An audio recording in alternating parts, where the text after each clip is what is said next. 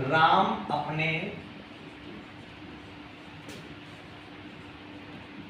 वेतन का 80% खर्च करता है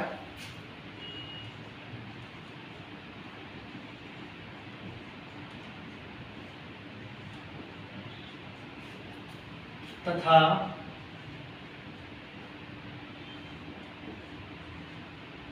शेष राशि की बचत करता है।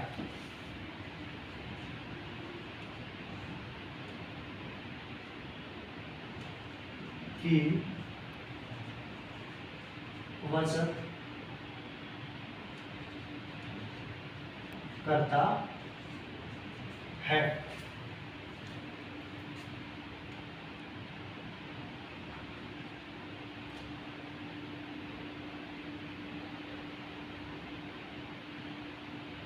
उसका वेतन 20% बढ़ गया, उसका वेतन 20% बढ़ गया, उसका वेतन 20% बढ़ गया, तो उसने अपने खर्च को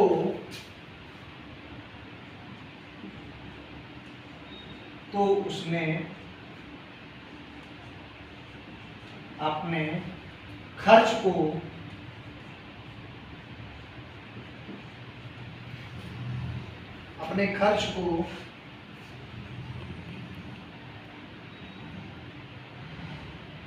को भी 10% बढ़ा दिया, को भी 10% या 10% बढ़ा दिया,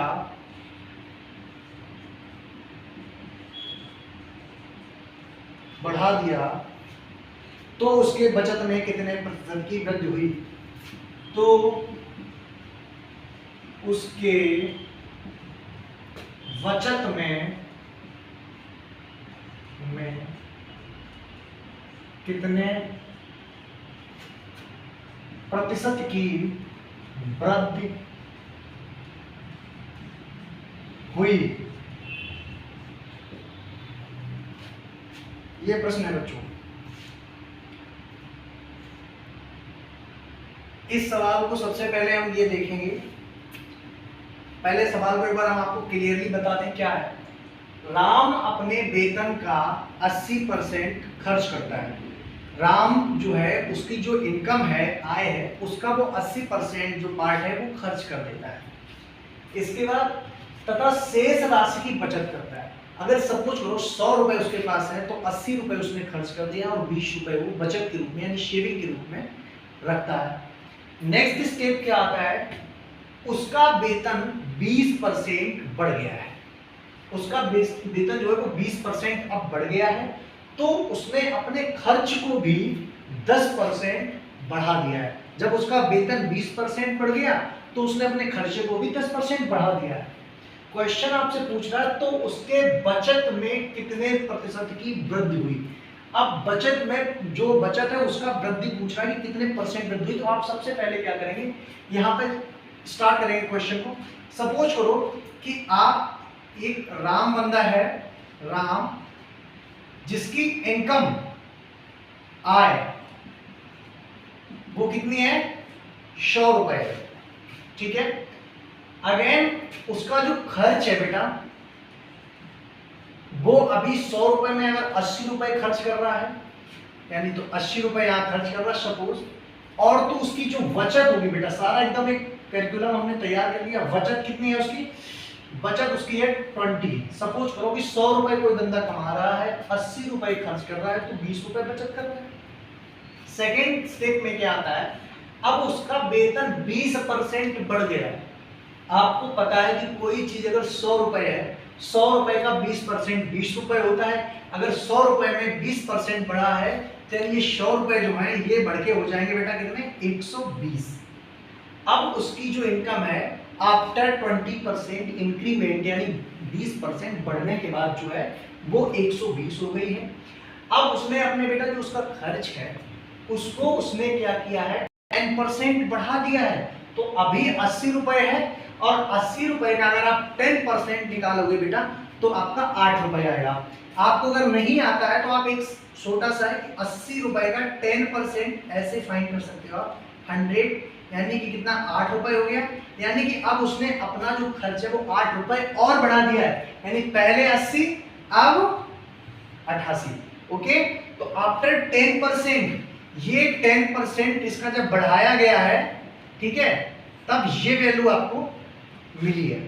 नेक्स्ट जब उसका 88 हो गया, अब बचत कितनी होगी? सपोज करो कि 120 रुपए बंदा जो कमा रहा है, अब खर्च 88 रुपए हो गया है, तो 120 और 88 का जो आपका डिफरेंस आएगा, जो अंदर आएगा, वो आप उसकी वर्तमान यानी जो प्रेजेंट जो आपका उसका जो शेविंग है वो यहाँ पे आएगी। तो एक बार आप 120 से 88 माइनस करेंगे तो मुझे लगता है कि 32 समथिंग, यानी 32 रुपीज आपको बचा रहा है बेटा। देखो 120 88 में अगर 12 कर दोगे तो पूरा 100 कंप्लीट हो जाएगा, इधर 20 है तो 32। यानी कि अब आपको सीधी सीधी बात पता चल रही है कि पहले 20 रुपए बचा था, यानी कि जब 20% बढ़ाया गया है तो उसका जो है खर्च सिर्फ 8 रुपए बढ़ा है, लेकिन यहाँ बचत भी बढ़ गई है। तो बचत बढ़ कितनी गई है? पहले बचत कितनी थी बेटा 20 रुपए, अब कितनी हो गई है 32 रुपए। तो पहले से अब में अंतर कितना आया? 12 रुपए का अंतर आया।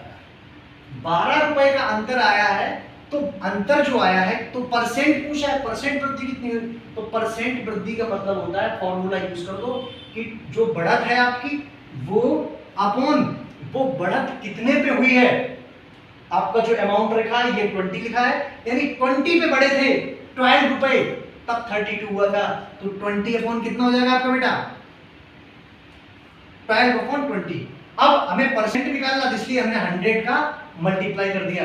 तो बस क्या करना है 20 वन से 20, यानी 20 है कम 20 और 20 पंचे 100।